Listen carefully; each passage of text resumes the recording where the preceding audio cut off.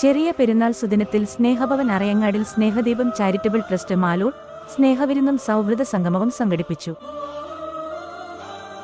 സ്നേഹഭവന്റെ സ്ഥാപകനും പ്രസിഡന്റുമായ brother എം.ജെ. Stephen മുഖ്യപ്രഭാഷണം നടത്തി.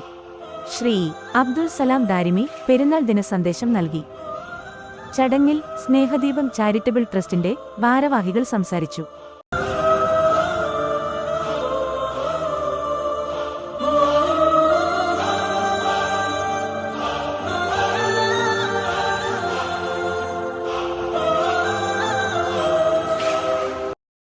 തുടർന്ന് സ്നേഹഭവനിലെ മക്കൾക്കായി പെരുന്നാൾ സ്നേഹവിരുന്നും നൽകി.